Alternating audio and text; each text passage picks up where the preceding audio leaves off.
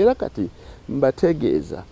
ekigendererwa kyange ekyokureforminga ebintu bino njagala okukontiningisa abaana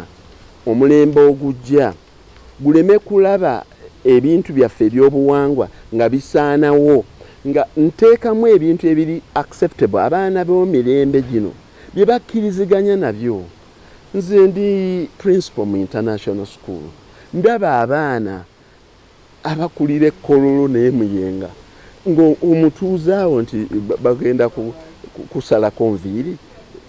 nti mugenze ku gundi mu kijja mulina okujjamu engatto asigala mu mmotoka ate bataata abazadde b'abantu tebakyakuba baana nange nina abaana abange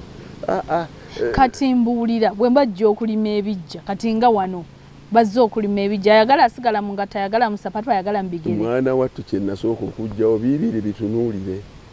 ebijja ebyaffe tebibeeramu muddo nanti batugamba waakiri oyerako bwoti yes era oli agenda bulungi nnyo n'akuulako akaddo ku kitaawe mu ngatto ze kati kati gwe mbuulira nina abaana omwana is a financial analyst ng'omugamba ajjamu engatto era omulundi oguddako tajja kujja ate sirina authority emugamba nti nkulagidde jangu kati eriyo ebintu kati nga juzi mukadde waffe oyo bw'afudde lwentegedde engeri gye banaazaamu mayiti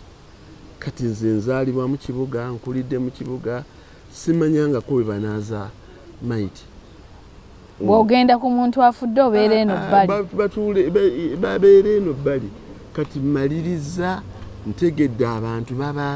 babanaaza ne babatukuza nga temunnaba kumusabira olwakirabye engeri gye kikolebwamu n'otakyagala ne mmanya nti omulembe ogw'okunaaza abafu guweddeyo abaana omugigi guno ogw'abawalimu bano ab'okukyalo abasiima okubawa enkoko nga be batunaaziza abafu bwe gunaggwaawo baani abalala abalinaaza omwana wange ajja kusobola okunnaaza nga bateekawo migogo nga bateekawo ttaka basimakanya mu gundi era okumaliriza nga nzimbye akayumba kaakali we tugenda okunaalizanga abafu baffe nga kali full fledged kalinamu amazzi kalinamu toilet kalinamu ekitanda ekikoleddwa mayiti kwetuula omuntu nga ayingiramu okugenda okunaaza mayiti nga naye awulira teyeesitala talina kyeyenyinyala kati okugamba nti ensiisira na buli kimu sikomanze kukugamba nti discouraging ensiisira nze nsuubira Katonda ekitone ekyo yakimpa tunuulira emyaka 10 oba 20 mu maaso omukolo guno gunaasobola okubeera sustainable kati ekyokunaaza abafu abawalimu bano ab'okukyala abambala bujapani bwe banaggwako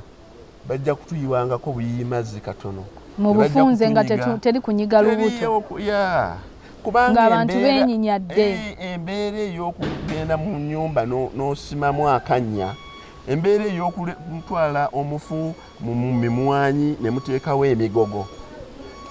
ejja kutuuka nga omulembe ogujja era bw'onooba okalaze n'enkareginga nnyo bannange abalina obusobozi tutegekere nnyo kubanga kano si kaawano ffekka era ku muzikiti nabagambye buli mufu gwe balina